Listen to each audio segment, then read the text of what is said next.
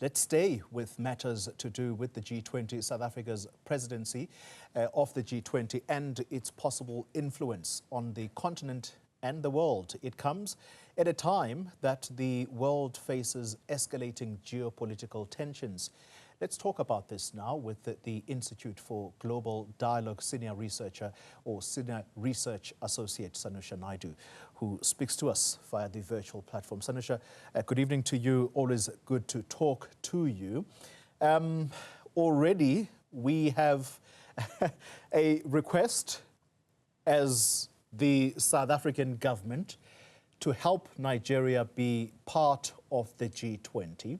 And these are some of the issues that I think South Africa's presidency of the G20 is going to be expected to deliver on. How realistic is that request from the Nigerian president, who is in the country, by the way, for a bi-national commission? Good evening, Kohli. Good evening to the viewers. I mean, it's not even 2 days and we've already have to start hitting the ground running on this G20. I think your point about, the request from the Nigerian president around the membership of Nigeria as a sovereign state within the G20, I think must also be contextualized within the context of the fact that this summit is pivotal for South Africa. It's the first time South Africa is hosting the G20 summit after joining as a permanent member. And more importantly, the fact that the African Union is now a permanent member as well. So it's one of those groupings that, like the EU, is part of the G20 and has come on board as part of the India-Brazil presidencies.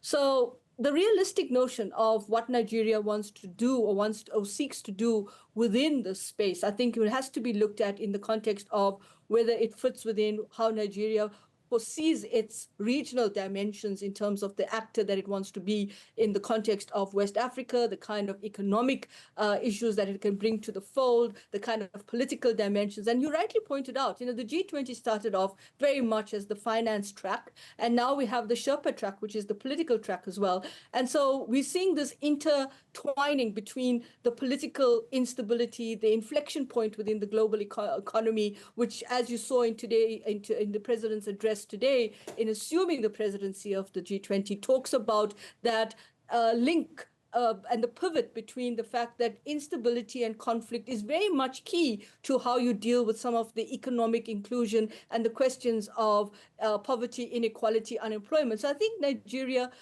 like other countries, would like to actually be just not part of the AU, but also see this as part of how they actually hedge around in the global arena in terms of these different kind of governance structures and international organizations or structures like the G20, which will give them a little bit more leverage, but also give them the kind of need to show the kind of engagements they want to have, and bearing in mind that Nigeria also wants to join the BRICS as a member in that context. Indeed. Sanusha, there is political diplomacy and then there is economic diplomacy. How astute do you think South Africa is when it comes to economic diplomacy? Because today, the president of South Africa is asked the question, will the Trump presidency trip you up during your tenure as the G20 leader? And he responds saying, well, the G20 has developed over time sufficient, quote unquote, shock absorbers. How astute are we when it comes to economic diplomacy? How good are we going to be in getting in as much economic benefit as is possible in our country?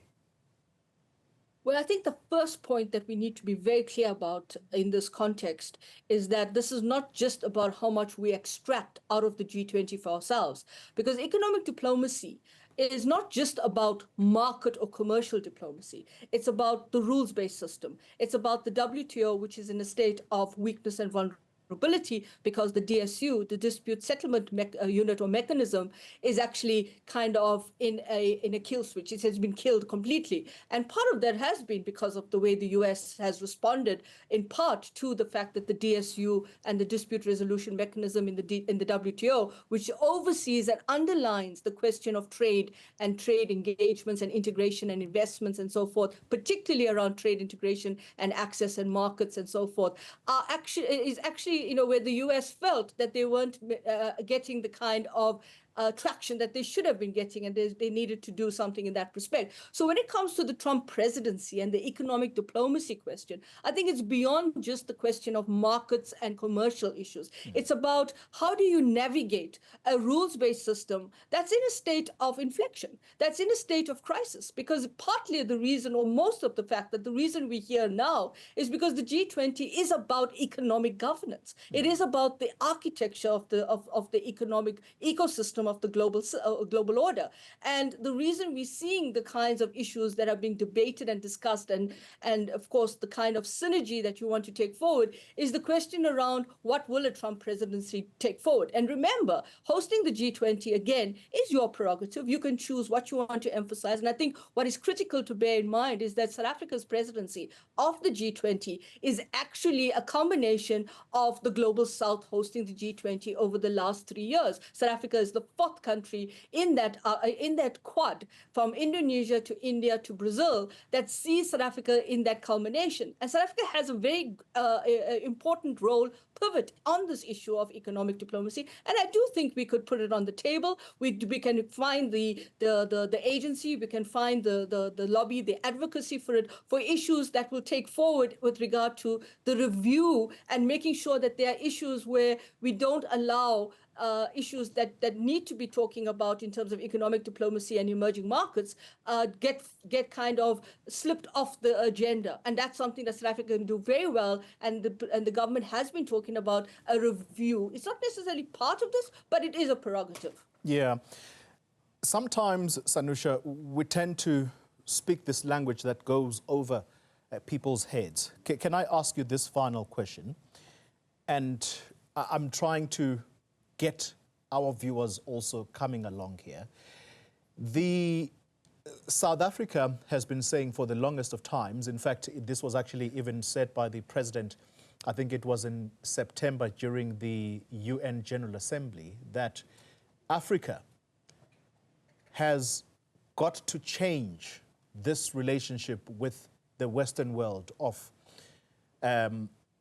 sending or being the continent that sends unfinished products to that part of the world, and in turn we bring back what has been developed, which started or which stemmed from the continent.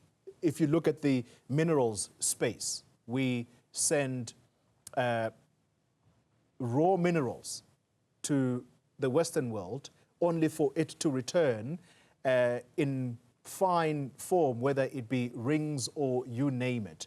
Do you think that that will actually finally set in, that Africa will stop sending unfinished goods overseas, and in turn we benefit economically by industrializing, because that's what seems to stand in the way of much of Africa industrializing?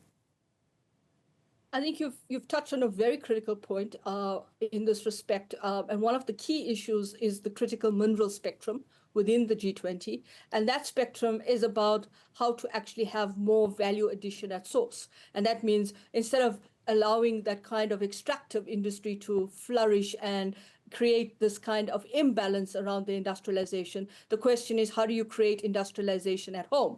The finished goods, as you rightly pointed out. But let's not only look at it in the context of the mineral extractive industry, let's look at it in the context of the automotive sector, in the context of the textile industry, because those are also part of the value chain that needs to be looked at in the context of what is production of the critical minerals that go into the production spaces and phases of these goods that are then being imported back into the continent, and how do you actually deal with process around this?